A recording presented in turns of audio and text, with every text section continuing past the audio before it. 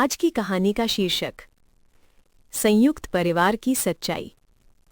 सुबह के 5 बजे थे। आंगन में तुलसी के पास रखे मटके से पानी की हल्की सी आवाज आ रही थी। घर अभी सो रहा था, लेकिन शारदा अम्मा की नींद कब की टूट चुकी थी। 70 साल की उम्र, कमर झुकी हुई, लेकिन आदत वही पुरानी। सबसे पहले उठना, पूजा करना और फिर रसोई में जाना। ये घर छोटा नहीं था। 3 मंजिलें, 8 कमरे, 2 रसोई और 3 पीढ़ियां एक साथ रहती थीं।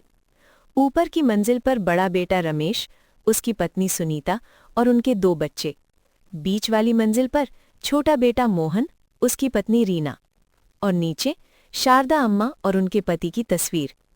पति को गई 10 साल हो चुके थे, लेकिन घर आज भी उन्हीं के नियमों पर चलता था। पड़ोस वाले कहते थे, वाह, ऐसा परिवार आजकल कहाँ मिलता है। त्योहार आते तो घर रंगों से भर जाता। दिवाली पर एक साथ दिए जलते, होली पर सब एक दूसरे को रंग लगाते। लेकिन इन मुस्कानों के पीछे कुछ अनकही बातें थीं, जो कोई बाहर वाला नहीं देख पाता। सुनीता शादी के बाद इस घर में आई थी। शहर में पली बढ़ी, थोड़ी आज़ादी की आदत थी, लेकिन यहाँ हर चीज़ का समय तय था। कब उठना है, क्या पहनना है, कब बाहर जाना है। सुनीता कुछ कहती नहीं थी, बस चुपचाप सब निभाती थी।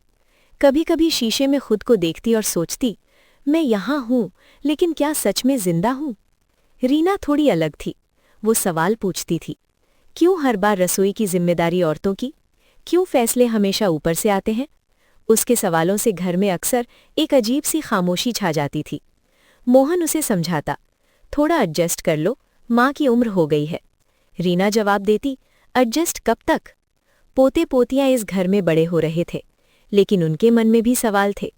एक दिन बड़ा पोता आरव बोला, दादी, पापा मम्मी अलग क्यों रहते हैं जबकि हम सब एक घर में हैं।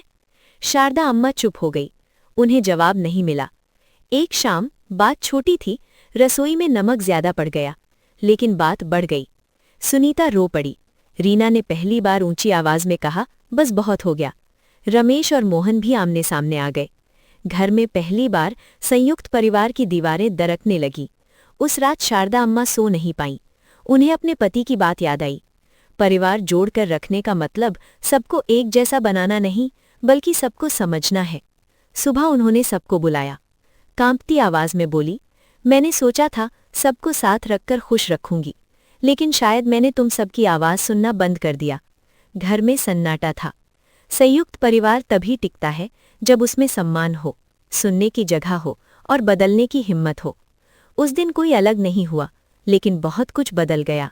काम बांटे गए, फैसले मिलकर होने लगे और सबसे जरूरी, बातें होने लगी। हंसी अब मजबूरी नहीं, सच थी। कहानी की सीख, संयुक्त परिवार सिर्फ एक छत के नीचे रहना नहीं है। ये त्याग और संवाद और सम्मान का नाम है। अगर इनमें से एक भी कम हो जाए तो घर बड़ा होते हुए भी दिल छोटे हो जाते हैं।